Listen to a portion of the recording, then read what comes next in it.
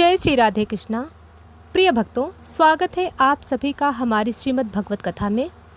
पिछले भाग में हमने सुना था नन्हे कान्हा की अद्भुत बाल लीलाएं, कैसे भगवान श्री कृष्ण ने पूतना, सकटासुर और तृणावर्त जैसे राक्षसों का अंत किया और कैसे पूरा गोकुल नंदलाल की मधुर लीलाओं से मोहित हो गया। लेकिन भक्तों, अब भगवान करने वाले थे ऐसी दिव्य लीलाएं जिन्हें देखकर स्वयं देवता भी आश्चर्यचकित रह गए। जहां कल की कथा समाप्त हुई थी, वहीं से आज हम आगे बढ़ते हैं। आज हम सुनेंगे कालिया नाग लीला और गोवर्धन पर्वत की अद्भुत कथा। तो आइए कथा को आगे बढ़ाते हैं। गोकुल की धरती पर हर दिन भगवान श्री कृष्ण की नई नई लीलाएं हो रही थीं। पूरा वृंदावन उनके प्रेम में डूब चुका था। नन्हे कान्हा अब धीरे धीरे बड़े हो रहे थे। वे अपने मित्रों के साथ गाय चराने जंगल जाने लगे थे। हाथ में बांसुरी, सिर पर मोर मुकुट और चेहरे पर मधुर मुस्कान। कृष्ण का यह रूप पूरे वृंदावन का हृदय जीत चुका था। लेकिन उसी वृंदावन में एक बड़ा भय भी था। यमुना नदी का एक भाग अत्यंत विषैला हो चुका था। उस जल के पास जाते ही पशु पक्षी मर जाते थे। पूरा वातावरण जहरीली वायु से भरा रहता था। वहाँ रहता था भयंकर कालिया नाग। उसका विष इतना भयानक था कि यमुना का जल काला पड़ चुका था। गोकुलवासी उस स्थान के पास जाने से भी डरते थे। एक दिन खेलते खेलते कृष्ण और उनके मित्र उसी स्थान पर पहुंच गए। ग्वाल बाल प्यासे थे। कुछ बालकों ने यमुना का जल पी लिया और तुरंत बेहोश होकर गिर पड़े। यह देखकर सभी भयभीत हो गए। तभी भगवान श्री कृष्ण मुस्कुराए। उन्होंने अपनी दिव्य दृष्टि से सभी बालकों को पुनः जीवित कर दिया। फिर कृष्ण ने निश्चय किया, अब कालिया नाग का आतंक का अंत करना होगा। वे तेजी से एक विशाल कदम्ब वृक्ष पर चढ़े। पूरा वृंदावन उन्हें देख रहा था। और फिर भगवान श्री कृष्ण यमुना में कूद पड़े। यमुना का जल भयंकर रूप से उफान मारने लगा। कालिया नाग क्रोधित होकर बाहर आया। उसकी विशाल फनें आकाश तक पहुंच रही थीं। उसकी आँखों से आग निकल रही थी। उसने कृष्ण को अपने कुंडलों में जकड़ लिया। यह दृश्य देखकर गोकुल में हाहाकार मच गया। माता यशोदा रोने लगीं। नंद बाबा भय से कांप उठे। गोप गोपियाँ चिल्लाने लगी, कान्हा। लेकिन भगवान शांत थे। अचानक कृष्ण ने अपने शरीर को इतना विशाल कर लिया कि कालिया के बंधन टूट गए और फिर भगवान उनके फनों पर चढ़ गए। इसके बाद जो हुआ उसे देखकर स्वयं देवता भी आश्चर्यचकित रह गए। भगवान श्री कृष्ण कालिया नाग के फनों पर नृत्य करने लगे। उनके चरणों की चोट से कालिया नाग कमजोर होने लगा। पूरा वातावरण जय श्री कृष्ण के जयकारों से गूंज उठा। देवता पुष्प वर्षा करने लगे। कालिया नाग की पत्नियां हाथ जोड़कर प्रार्थना करने लगीं, हे प्रभु, हमारे स्वामी को क्षमा कर दीजिए। तब भगवान ने कालिया नाग को जीवन दान दिया और आदेश दिया, तुरंत इस स्थान को छोड़कर समुद्र में चले जाओ। कालिया नाग भयभीत होकर वहाँ से चला गया और यमुना का जल फिर से पवित्र हो गया। पूरा वृंदावन आनंद से भर उठा। गोप गोपियाँ भगवान की जय जयकार करने लगे। लेकिन भगवान की लीला यहीं समाप्त नहीं हुई। कुछ समय बाद वृंदावन में इंद्र पूजा की तैयारी शुरू हुई। हर वर्ष गोकुलवासी वर्षा के देवता इंद्र की पूजा करते थे। लेकिन इस बार भगवान श्री कृष्ण ने पूछा, हम इंद्र की पूजा क्यों करते हैं? ग्वाल बाल बोले, इंद्र देव वर्षा करते हैं इसलिए। तब भगवान मुस्कुराए और बोले, हमारा पालन तो गोवर्धन पर्वत करता है। हमारी गायों को घास वहीं से मिलती है। हमें गोवर्धन की पूजा करनी चाहिए। गोकुल वासियों को कृष्ण की बात सही लगी। उन्होंने इंद्र पूजा रोक कर गोवर्धन पर्वत की पूजा शुरू कर दी। यह देखकर देवराज इंद्र क्रोधित हो उठे। उन्होंने कहा, इन ग्वाल वालों का अहंकार बढ़ गया है। और फिर इंद्र ने भयंकर वर्षा शुरू कर दी। आकाश में काले बादल छा गए, बिजलियां चमकने लगीं, मूसलाधार वर्षा होने लगी, पूरा वृंदावन डूबने लगा, गायें भैंसें इधर उधर भागने लगीं, गोकुलवासी रोने लगे, कृष्ण अब हमारी रक्षा कौन करेगा। तभी भगवान मुस्कुराए और फिर नन्हे कृष्ण ने अपनी छोटी उंगली पर पूरा गोवर्धन पर्वत उठा लिया। पूरा वृंदावन आश्चर्यचकित रह गया। भगवान बोले, डरो मत, सब लोग पर्वत के नीचे आ जाओ। सभी ग्वाल बाल, गोपियाँ, गायें और गोकुलवासी पर्वत के नीचे आ गए। 7 दिनों तक भगवान अपनी छोटी उंगली पर पर्वत उठाए खड़े रहे। उनके चेहरे पर वही मुस्कान थी। यह देखकर देवराज इंद्र का अहंकार टूट गया।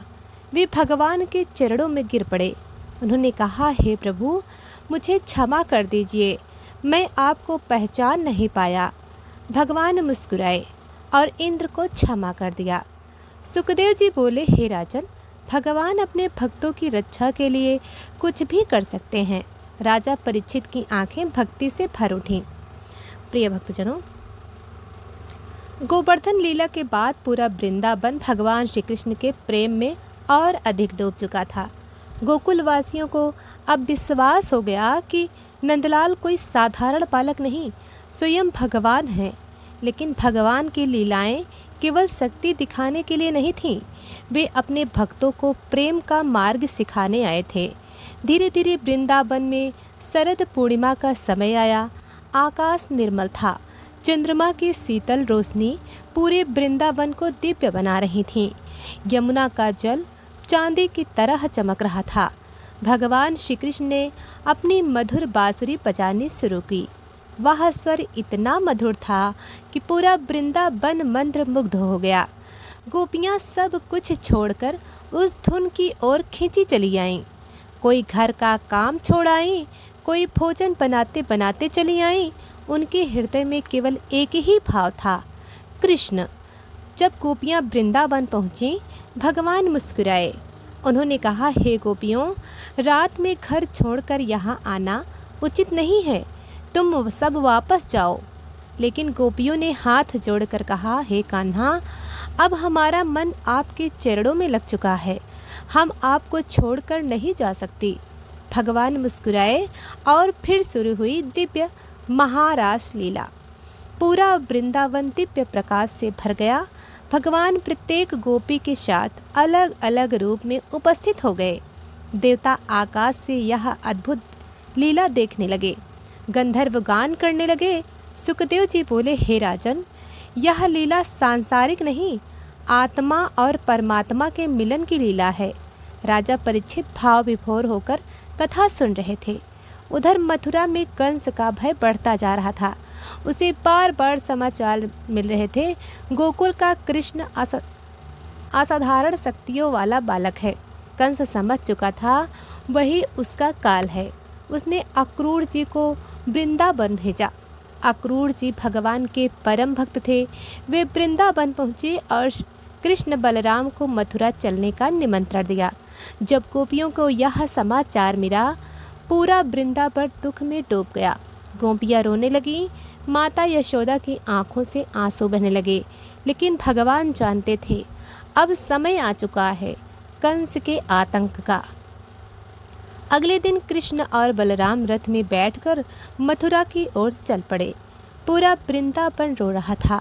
गोपियाँ पुकार रही थीं, कान्हा, हमें छोड़कर मत जाओ। लेकिन भगवान मुस्कुराते रहे। मथुरा पहुँचते ही लोगों ने पहली बार भगवान श्री कृष्ण का दिव्य रूप देखा। उनकी सुंदरता देखकर पूरा नगर मंत्रमुग्ध हो गया।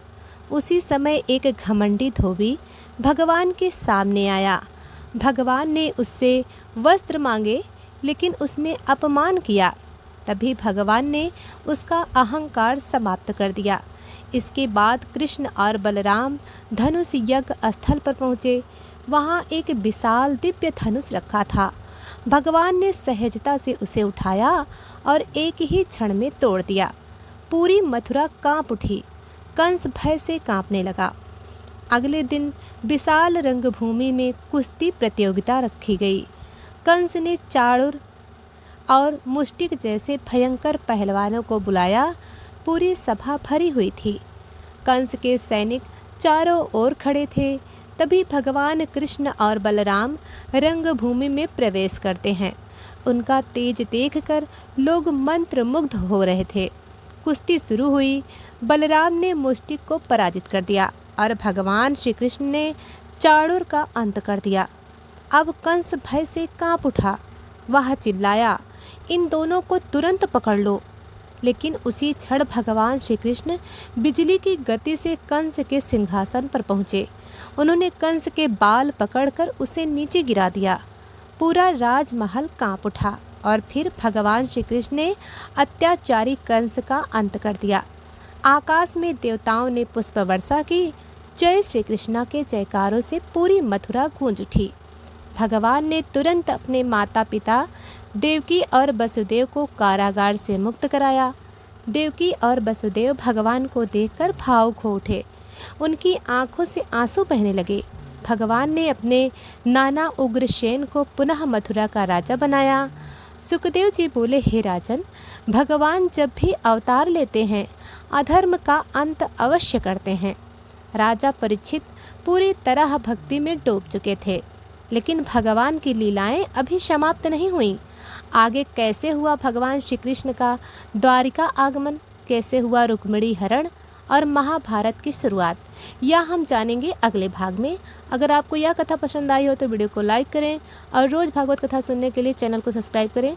अगले भाग में आएगी द्वारिका लीला और महाभारत की अद्भुत कथा। जय श्री कृष्णा।